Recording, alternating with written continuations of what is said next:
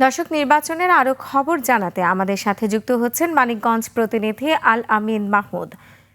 আল আমিন, আপনি নিশ্চয়ই আমাকে শুনতে পাচ্ছেন। আল আমিন, কেমন দেখছেন ভোটের হাওয়া? সবশেষ কি তথ্য রয়েছে আপনার কাছে, বিস্তারিত আমাদের জানান।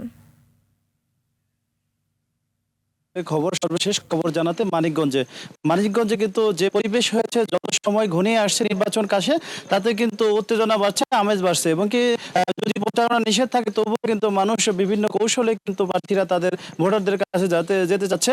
আমরা রয়েছি কিন্তু মানিকগঞ্জ শহরে, যেখানে কিন্তু অনেক ভোটাররাই রয়েছে। আমার পিছনে দেখতেই পাচ্ছেন। আমরা শুরুতেই নারী ভোটারের সাথে একটু কথা বলবো যে তারা কেমন আগামীর প্রতিনিধি চাচ্ছে, কেমন সরকার চাচ্ছে, সে বিষয়ে আমরা নারী ভোটারের কাছ থেকে জানবো যে আগামী কেমন সরকার আপনারা চাচ্ছেন।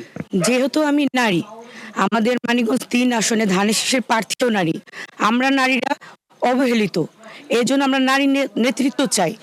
আর উনি আফরোজা খান রীতা আপা অনেক ভালো মনের মানুষ, তাই আমরা আফরোজা খান রীতা আপাকে ধানের শীষে ভোট দিতে চাই।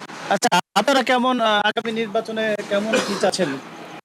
আমরা চাই মানিকগঞ্জে ৩টে আসনেই এই ধানের শীষের ভালো প্রার্থী, এবং তারা খুব ভালো মানুষ। আমরা চাই যে তারাই এই মানিকগঞ্জে ৩টে আসনেই ধানের শীষ জয়লাভ করবে বিপুল ভোটে, ইনশাল্লাহ। ধন্যবাদ। আরো আমরা জানতে চাই যে আসলে আপনার আগামী সরকারের কাছে কি প্রত্যাশা রয়েছে?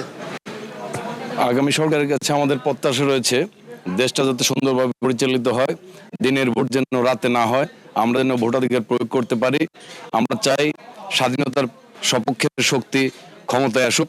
মহান স্বাধীনতার ঘোষক শহীদ প্রেসিডেন্ট জিয়াউর রহমানের দল বিএনপি।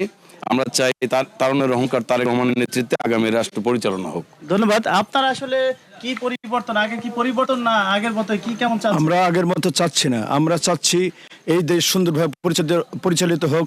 জাতীয়তাবাদী দল বিএনপি সংগ্রামী নেতা আফরোজা খান রীতা আপা আমাদের পক্ষে আছেন। আমরা ওনাকে ভালোবাসি। আমরা সংখ্যালঘু সম্প্রদায়ের লোক, আমরা স্বাধীনতার পক্ষের শক্তি। আমরা ঝাঁপিয়ে পড়েছি ধানের শীষের জন্য, এবং বিগত সময় আমরা যা পেয়েছি, আর এখন আমরা তার চেয়ে বেশি পাবো এই আশা করে, আমাদের দেশ সুশৃঙ্খলভাবে চলবে এই আশা করে আমরা সংগ্রামী সভানেত্রী রীতা আপাকে আমরা জয়যুক্ত করবো, এই বলে আমার। ধন্যবাদ। আরো আমরা জানবো, আরো আমাদের কাছে রয়েছে আসলে আগামী সরকার হিসেবে আসলে কেমন চাচ্ছেন আপনারা? আমরা স্বাধীনতার পক্ষের ভালো শক্তি চাই, এবং আমরা চাই রীতা আপা জয়লাভ করুক। ধন্যবাদ। আমরা অনেকের কথা শুনেছি, আমরা আরও জানাবো খবর যেখানে রয়েছে যে মানিকগঞ্জে কিন্তু আসলে বিএনপির কিন্তু অন্যরকম একটা এখানে কিন্তু জনপ্রিয়তা রয়েছে। 3টি আসনে কিন্তু বিএনপির ভোট অনেক বেশি। অন্যান্য যে দল রয়েছে সেখানে কিন্তু আমরা যতটুকু দেখেছি যে মানিকগঞ্জের 3টি আসনেই কিন্তু ব্যাপক প্রতিদ্বন্দ্বিতা হবে। এখানে রয়েছে বিএনপির সমর্থিত ধানের শীষের প্রতীকের প্রার্থী, এছাড়া রয়েছে কিন্তু জামাত ইসলামের যারা দাঁড়িপাল্লার প্রার্থী, তারাও কিন্তু হ্যাভিওয়েট প্রার্থী রয়েছে। এছাড়া রয়েছে কিন্তু জাতীয় পার্টি সহ স্বতন্ত্র কিন্তু বিএনপি বিদ্রোহী প্রার্থী রয়েছে। আমি সর্বশেষ বলতে চাই যে মানিকগঞ্জে কিন্তু ভোটের একটি সুন্দর লড়াই হবে। এই ছিল সর্বশেষ মানিকগঞ্জের ভোটের হাওয়া। আল আমিন মাহমুদ, আপনাকে ধন্যবাদ।